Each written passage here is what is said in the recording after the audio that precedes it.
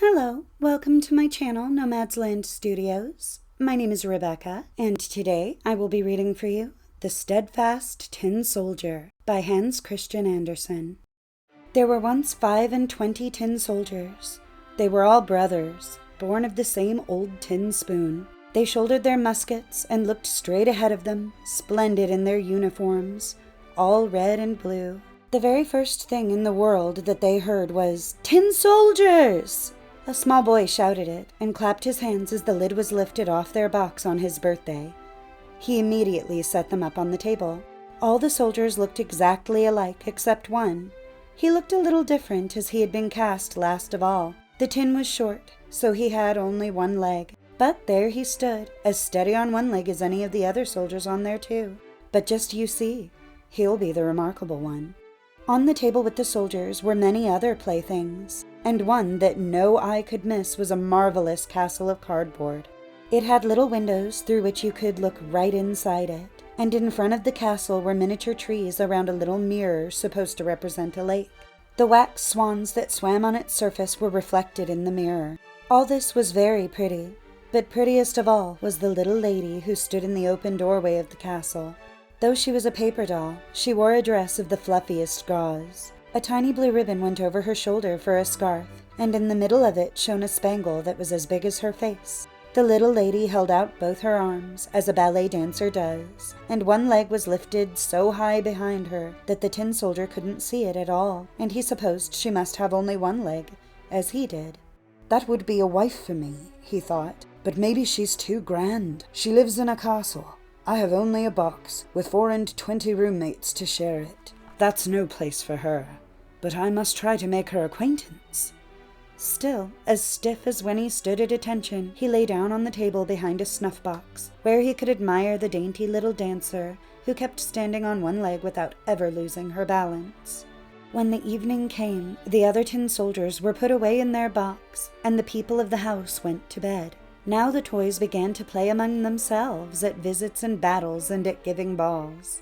The tin soldiers rattled about in their box, for they wanted to play too, but they could not get the lid open. The nutcracker turned somersaults, and the slate pencils squeaked out jokes on the slate. The toys made such a noise that they woke up the canary bird, who made them a speech, all in verse. The only two who stayed still were the tin soldier and the little dancer. Without ever swerving from the tip of one toe, she held out her arms to him, and the tin soldier was just as steadfast on his one leg. Not once did he take his eyes off her. Then the clock struck 12, and clack! Up popped the lid of the snuff-box. But there was no snuff in it.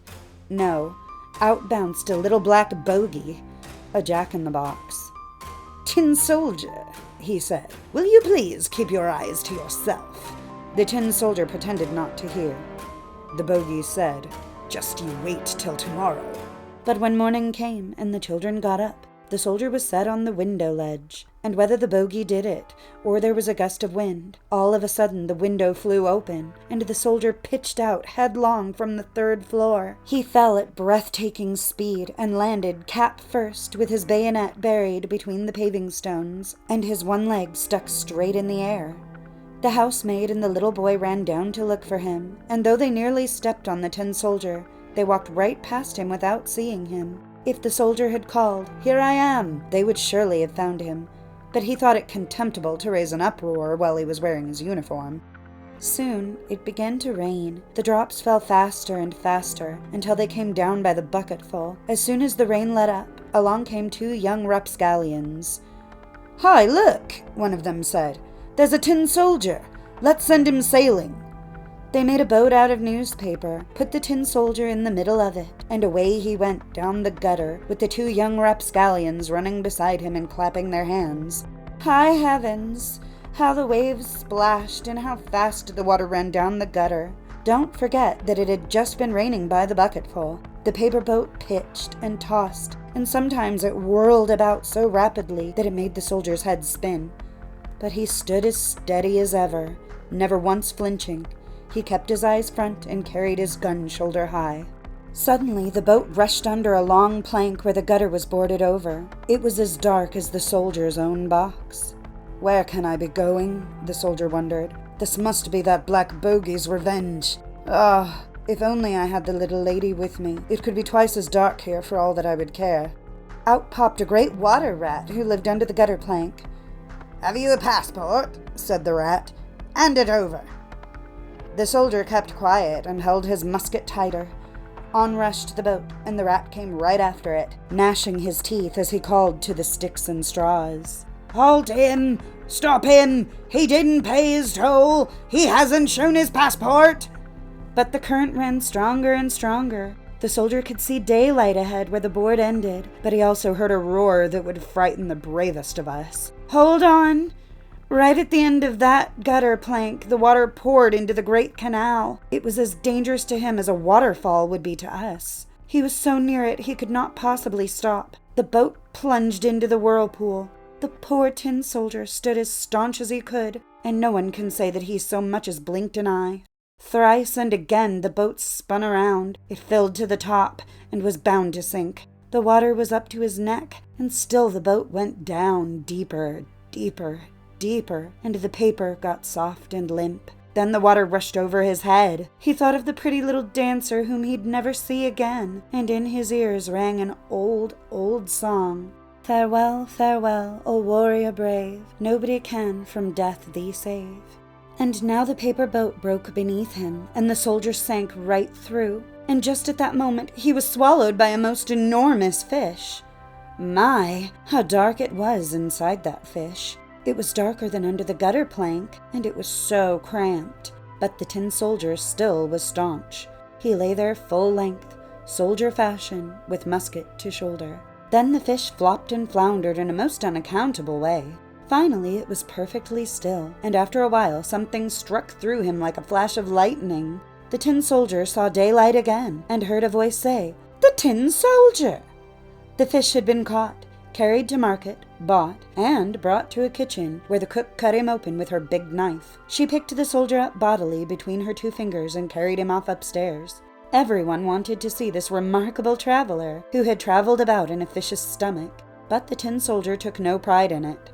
They put him on the table, and, lo and behold, what curious things can happen in this world. There he was, back in the same room as before. He saw the same children, the same toys were on the table, and there was the same fine castle with the pretty little dancer. She still balanced on one leg, with the other raised high. She too was steadfast. That touched the soldier so deeply that he would have cried tin tears, only soldiers never cry. He looked at her, and she looked at him, and never a word was said. Just as things were going so nicely for them, one of the little boys snatched up the tin soldier and threw him into the stove. He did it for no reason at all. That black bogey in the snuff box must have put him up to it. The tin soldier stood there dressed in flames. He felt a terrible heat, but whether it came from the flames or from his love he didn't know. He'd lost his splendid colors, maybe from his hard journey, maybe from grief. Nobody can say. He looked at the little lady, and she looked at him, and he felt himself melting, but still he stood steadfast, with his musket held trim on his shoulder. Then the door blew open. A puff of wind struck the dancer. She flew like a sliff, straight into the fire with the soldier, blazed up in a flash, and was gone. The tin soldier melted, all in a lump. The next day, when a servant took up the ashes, she found him in the shape of a little tin heart. But of the pretty dancer, nothing was left except her spangle, and it was burned as black as coal. Thank you for watching. I do hope you enjoyed my video. If you did, please don't forget to like, subscribe, and leave a comment. I post every week on Tuesday and Friday. Stay safe, and I will see you next time. Bye!